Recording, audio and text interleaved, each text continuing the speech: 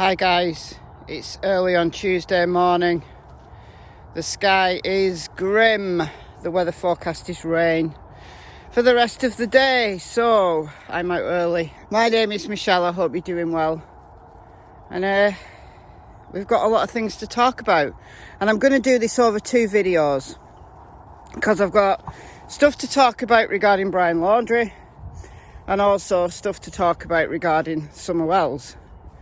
And I know some of you guys watch the Brian Laundrie stuff but not the Summer Wells, and vice versa. So I'm going to do 2 videos. So this one will come out first, and then the next one will come out a couple of hours later. Hopefully, because it's a lot of editing. Okay, so let's start with Brian Laundrie. There's so many conspiracy theories and just all sorts going round. So I want to just set the record straight as far as I understand it. Now, I know there was some, I'm going to call it fake news, going around that the DNA testing done on Brian's bones weren't him. No one has said that. As far as I understand it, the DNA testing has not come back. The reason why the bones have been sent to a forensic anthropologist are because like a regular autopsy, because it's skeletal, right? A regular autopsy can't discern the manner and the cause of death. I know a little bit about autopsies. I'm not a medic, not a pathologist, but studied enough autopsies to know that if you've just got bones, and we don't even know if there's a full skeleton, that's the thing. You know, we saw at the weekend the people who've been protesting outside the house go to where Brian's remains were located and found more bones.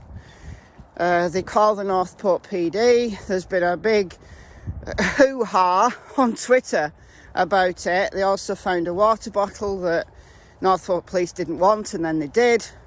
But we don't know whether these bones are human remains, whether they belong to Brian, or whether they're just animal bones. Whichever it turns out to be, the fact is we don't know how much of that skeleton was located. All we know is that there was a partial skull with teeth intact. Now, what do we mean by partial skull? Partial skull could be, well, you got the top part of your skull.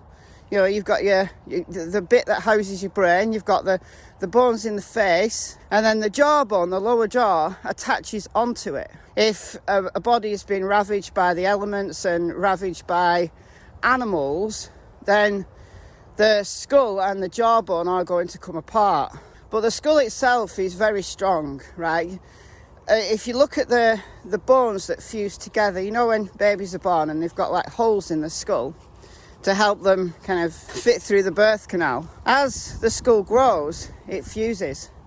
And it's got these really interesting kind of lock mechanisms. So it's difficult to break a skull. And animals won't normally crunch a skull down. They'll eat the contents on the soft tissues. It's difficult to break a skull. I mean, I know you can break your skull if you fall off a motorbike or you fall from a high place.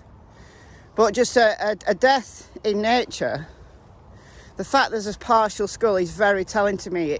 It's an indicator of something violent.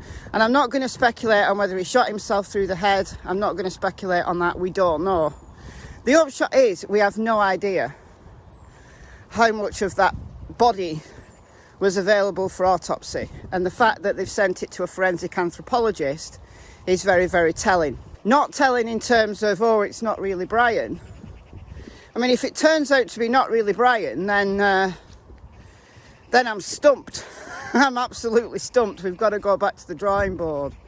But for now, let's just assume it's Brian and say we just have to wait for the forensic anthropologist.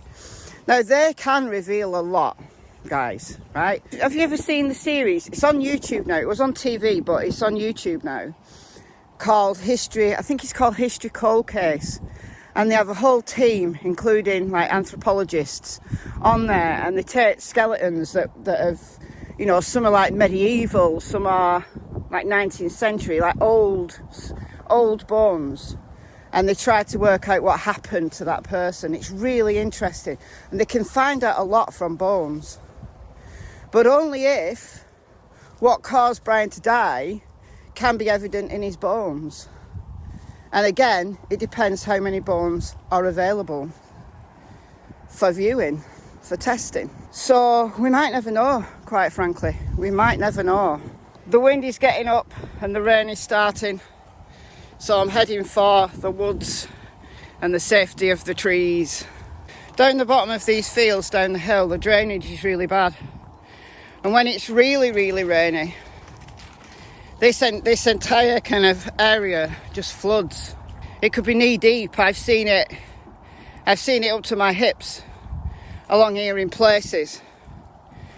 So if we relate this kind of in microcosm to the swamplands in Florida, I know where drainage is bad, where it's very low lying land and where there's a lot of rain, the water does come up very quickly.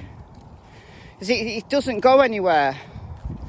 And then once it stops raining and it's got an opportunity to dry out, then here it takes a while. I mean, over at the river, I mentioned this the other day in a video, over at the river the water recedes dead quickly. When it floods, it recedes quickly, but on this kind of land it just becomes really, really boggy. Like this, in this kind of weather where it's cold for a long time. So I can understand why there would have been areas where Brian Laundrie's body was located that were underwater. Now, I'm not a Floridian. I've never been to Florida. All I can say is I understand what water can do. Whether it was up to people's waists or chests in that area, I don't know. Some of what has been posted on Twitter, it doesn't honestly look like it's been under waist deep water for like several weeks. But what do I know? What do I know? The fact remains is the Laundries went straight to that location.